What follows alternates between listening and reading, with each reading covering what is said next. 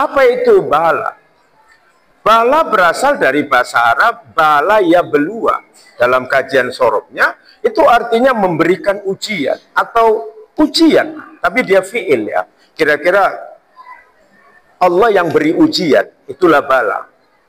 Seakan-akan kalau ujian itu isim kata benda, padahal bala ya belua itu kata kerja, fi'il. Artinya Allah yang memberikan ujian. Ternyata bala itu berlaku untuk semua manusia.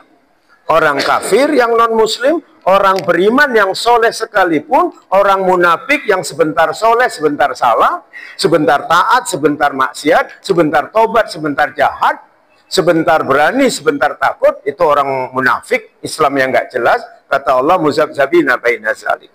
An-Nisa 143. Orang munafik itu hati-hatinya terombang ambing baina zalik, di antara yang sedemikian itu. La ilaha ula, tidak golongan orang yang baik-baik lagi beriman, wala ilaha ula, tidak golongan orang jahat lagi kafir. Alhamdulillah nahmaduhu wa nasta'inuhu wa nastaghfiruh wa na'udzu billahi min shururi anfusina wa min sayyiati a'malina may yahdihillahu fala mudilla lahu wa may yudlil fala hadiyalah. Asyhadu an la ilaha illallah wahdahu la syarika lah wa asyhadu anna Muhammadan abduhu wa rasuluhu la nabiyya ba'da. Allahumma salli ala sayyidina wa maulana Muhammadin wa ala alihi wa ashabihi ajma'in. Amma ba'du fa ya ibadallah ittaqullaha haqqa tuqatih wa la tamutunna illa wa antum muslimun. Faqala Allah Ta'ala fi kitabihil karim, a'udzu billahi minasy syaithanir rajim. Bismillahirrahmanirrahim. Afala yatadabbaruna Qur'ana am 'ala qulubin akfaluha. Shadaqallahun nazim. Apakah mereka orang-orang yang munafik itu tidak mentadaburi Quran, membacanya, memahaminya, merenungkannya, mengamalkannya, atau hati mereka telah terkunci mati? Al-Quran Surah Muhammad ayat 24. Masyarul muslimin, sidang Jumat rahimakumullah. Al-Quran adalah petunjuk hidup bagi seluruh manusia. Hudal linnas, bukan hanya umatnya Rasulullah, bukan hanya kaum muslimin. Al-Quran didesain sedemikian rupa oleh Allah untuk mengkombinasikan ayat-ayat kitab suci yang turun lebih dahulu, baik Taurat maupun Injil, yang sudah tidak otentik lagi karena tangan-tangan orang-orang Israel yang menukar-nukar ayat, sehingga Al-Quran perlu diturunkan untuk menyempurnakan kitab suci sebelumnya yang datangnya dari Tuhan yang sama.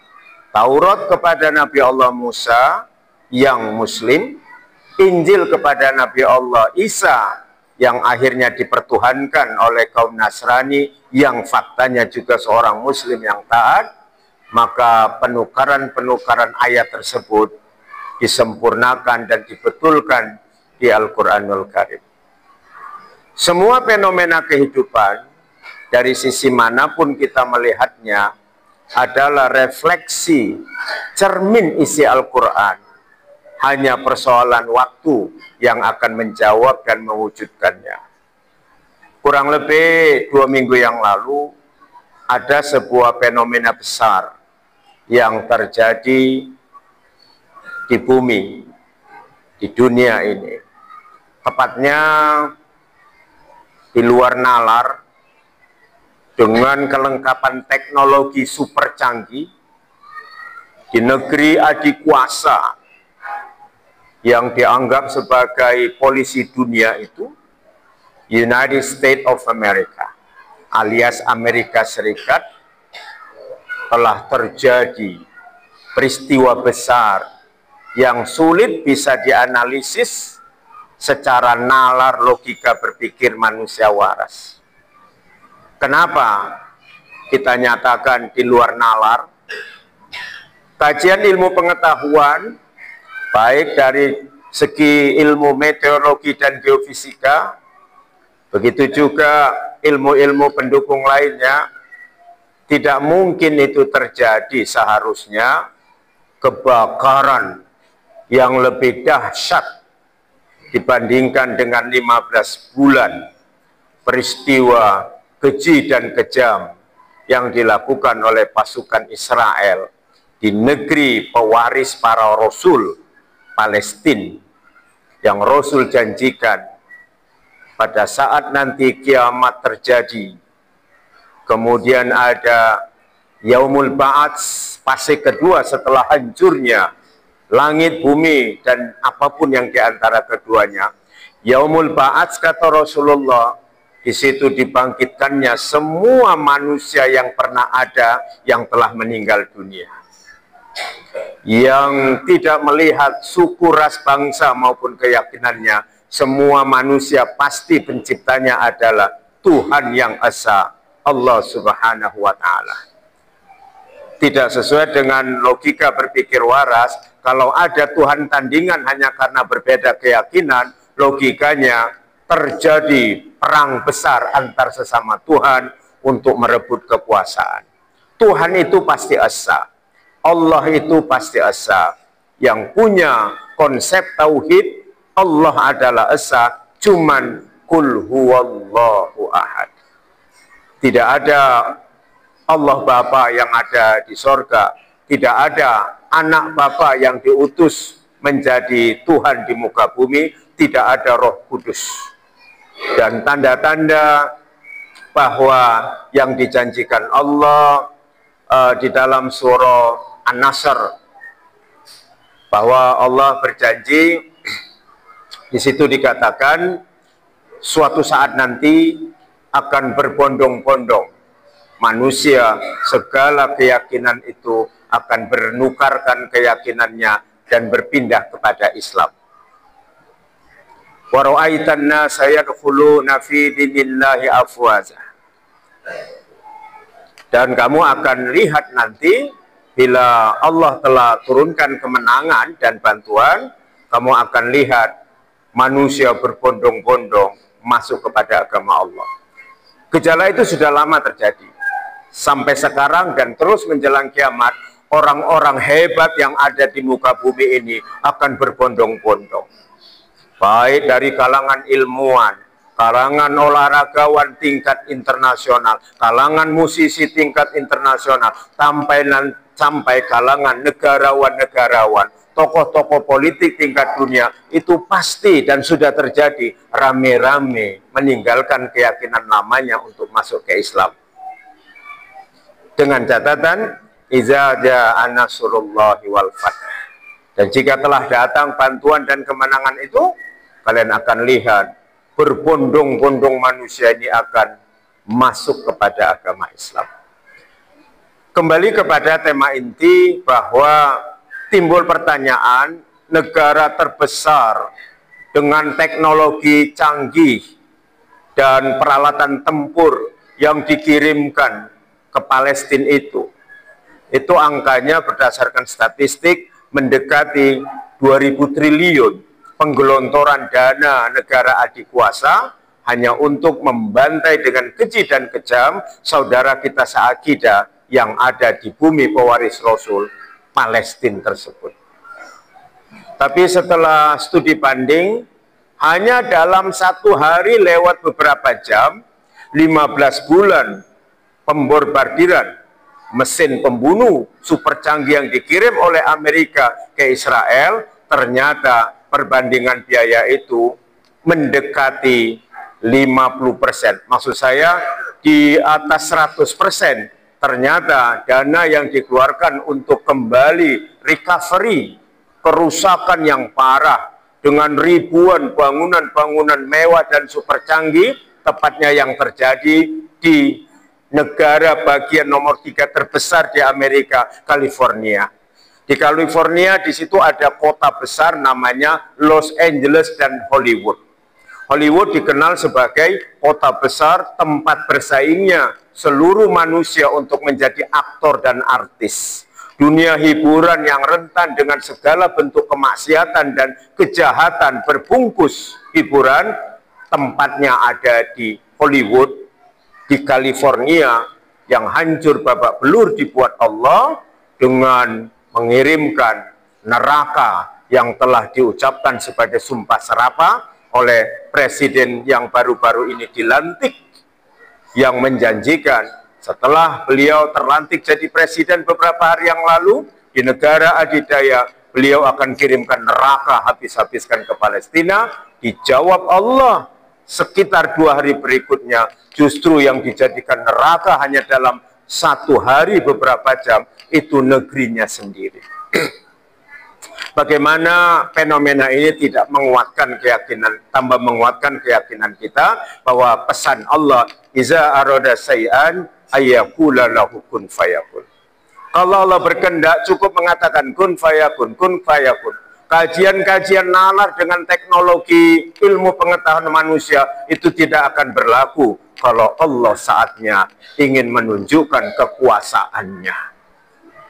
Hancur babak belur dengan kerugian kurang lebih 4.000 triliun, sementara penggelontoran dana besar-besaran untuk mesin pembunuh manusia tak berdosa di Palestina itu separuhnya kurang lebih 2.000 triliun kalau Allah sudah berkehendak. Pertanyaannya, apakah yang terjadi di luar nalar itu sebuah balakah atau mungkin sebuah musibah atau azab? Mari kita renungkan ayat-ayat Allah. Yang pertama kita lihat surah An-Nisa 79. Allah katakan begini. Bismillahirrahmanirrahim. Wa ma asabaka min hasanatin faminallah. Dan apapun yang menimpa diri engkau berupa kebaikan, itu datangnya dari Allah.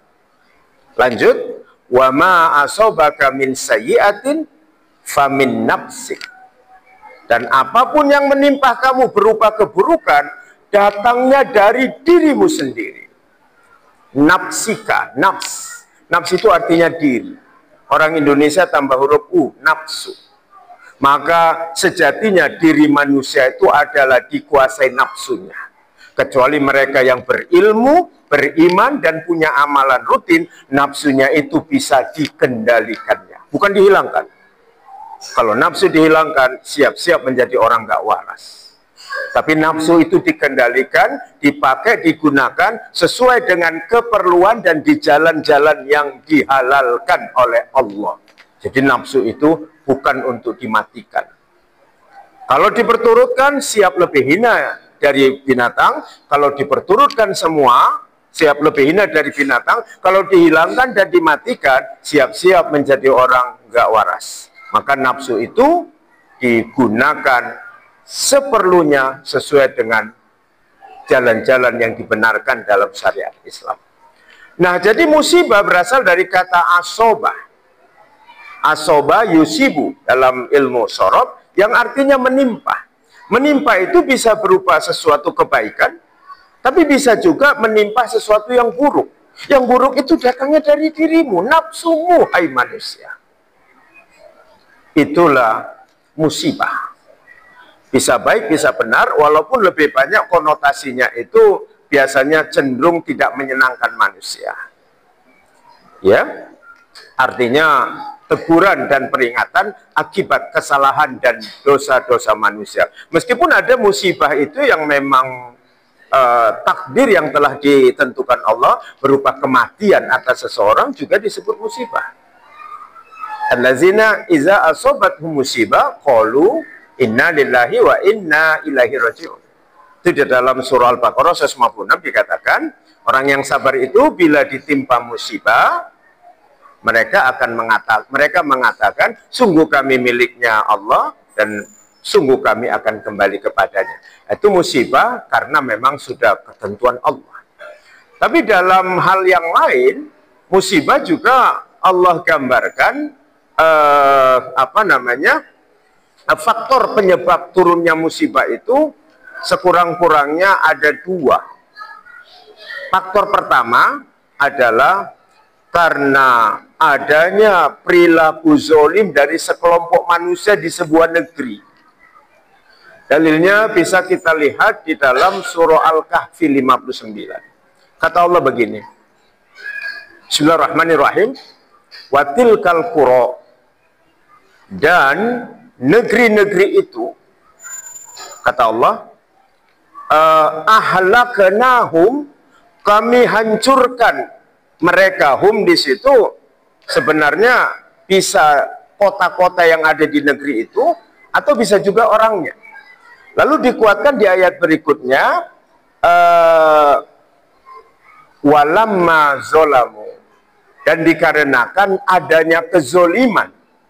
Hum di situ mereka, tentu pengertian walamma zolamu, dan dikarenakan mereka berbuat zolim adalah penduduknya. Maka hancurlah sebuah negeri itu karena adanya perilaku zolim dari sekelompok penduduknya.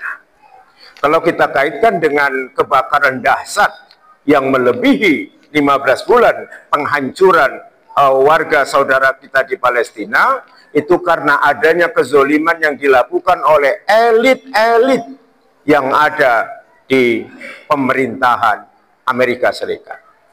Banyak warga Amerika Serikat itu hatinya terketuk membela dan mendukung saudara kita di Palestina. Tapi kebijakan politik pemerintahnya memang berlaku zolim, sehingga terjadilah penghancuran sebagian negara, tepatnya yang ada di California.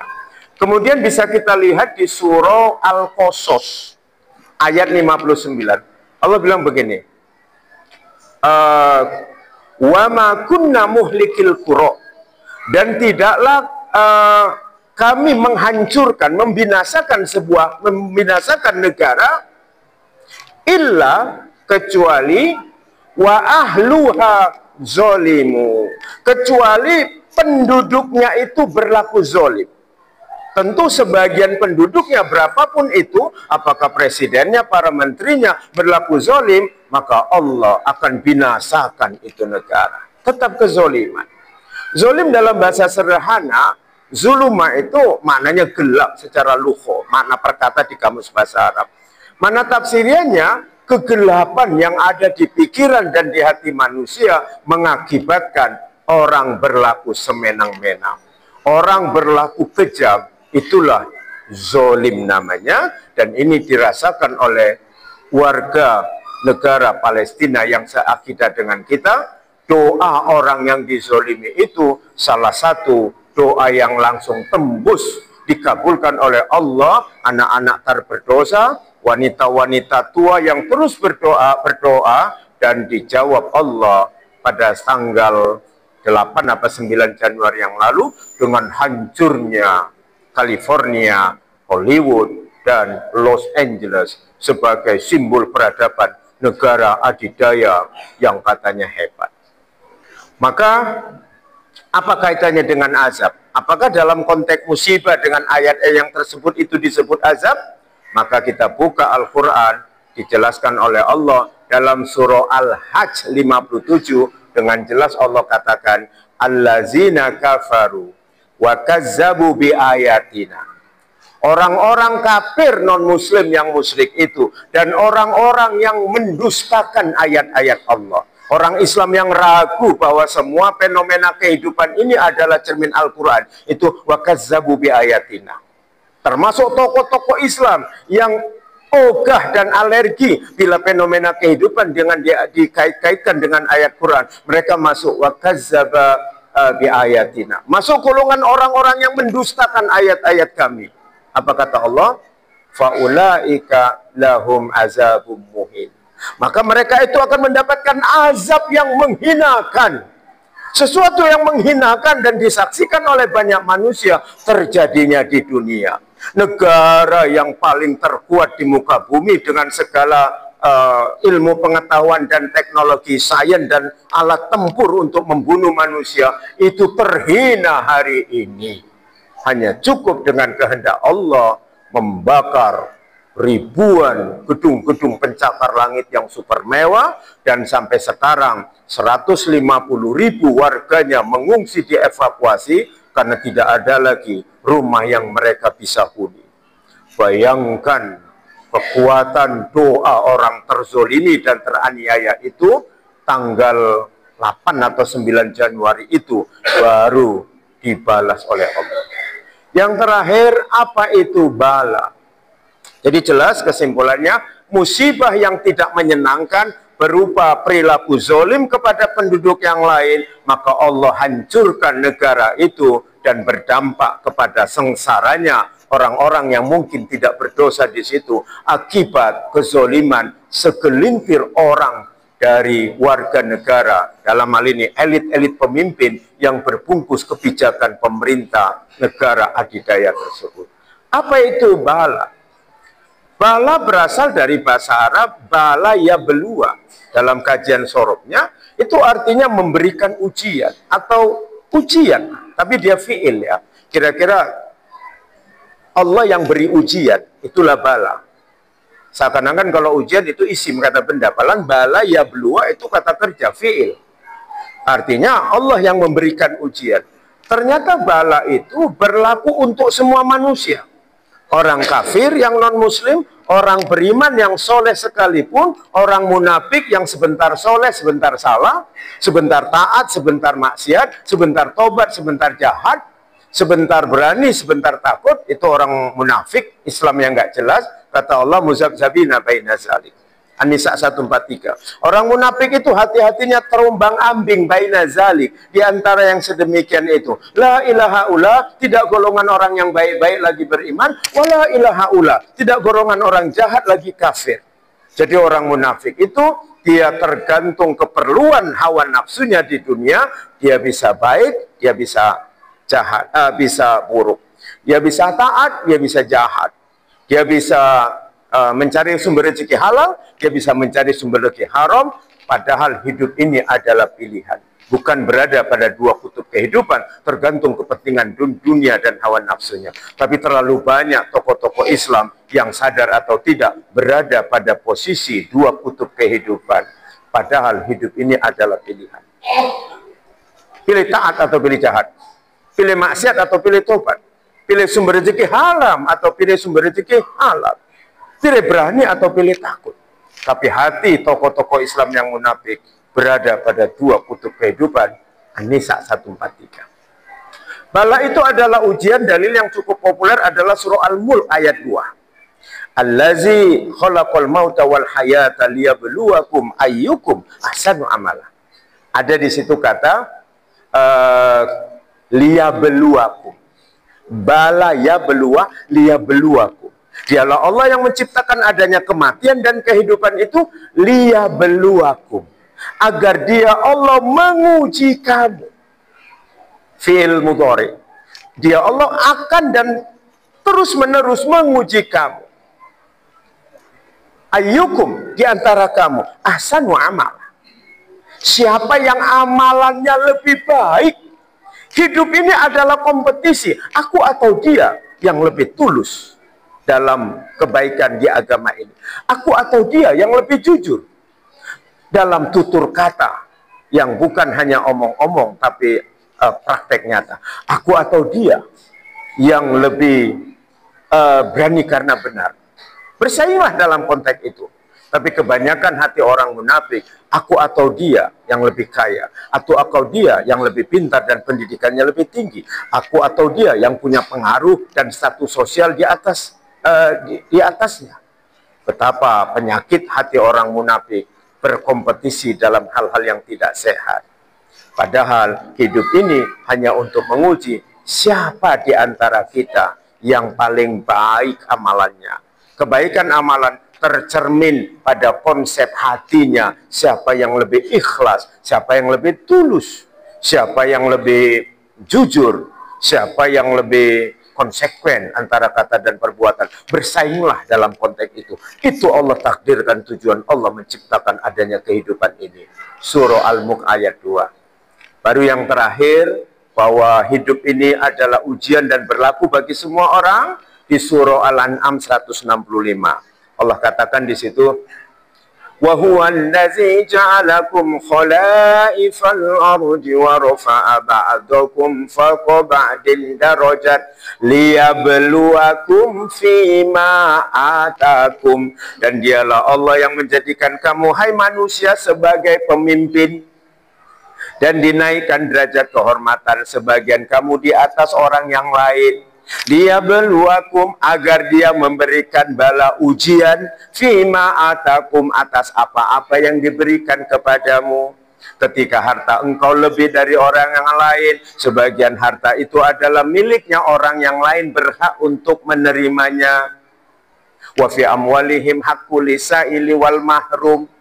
Surah Az-Zariyat ayat 19. Dan dalam harta mereka ada hak orang lain yang ngemis, minta-minta, maupun miskin tapi nggak minta-minta.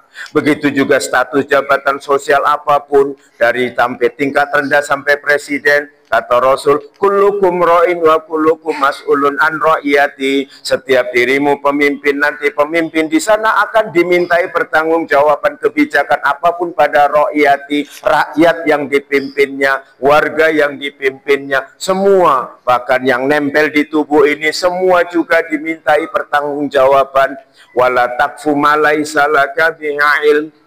Dan jangan kamu ngikut-ngikut sesuatu kalau nggak ada ilmunya. Inna sam'a, sesungguhnya pendengaran, wal basoro, penglihatan, wal fuada, dan hati nurani, kullu ulaika kana anhu mas'ula, semuanya nanti akan dimintai pertanggungjawaban fungsinya di sisi Allah. Semua hidup ini adalah ujian. Itulah cara orang yang percaya dengan Al-Quran membaca semua fenomena kehidupan, bahwa apapun yang terjadi di muka bumi ini adalah refleksi isi Al-Quran untuk menguatkan akidah keimanan kita, bahwa luar biasa Al-Quran sebagai mukjizat paling hebat yang dimiliki oleh Rasulullah, bukan karena mampu memancarkan air dari jemarinya, bukan karena mampu membelah bulan, bukan karena mampu menerobos langit ketujuh sampai ke Sidratul Muntaha dalam peristiwa Mi'raj, bukan karena makanan dikit mengenyangkan banyak orang di peristiwa perang Khandaq, tapi mukjizat yang paling hebat ketika Jibril menanya Rasulullah adalah Al-Quran. Barakallahu li wa lakum fil Qur'anil azim wa nafa'ani wa iyyakum bima fihi minal ayati wa zikril hakim wa taqabbalallahu minna wa minkum tilawatahu innahu huwasyami'ul alim wa qur rabbi fir warham wa anta khairur rahimin.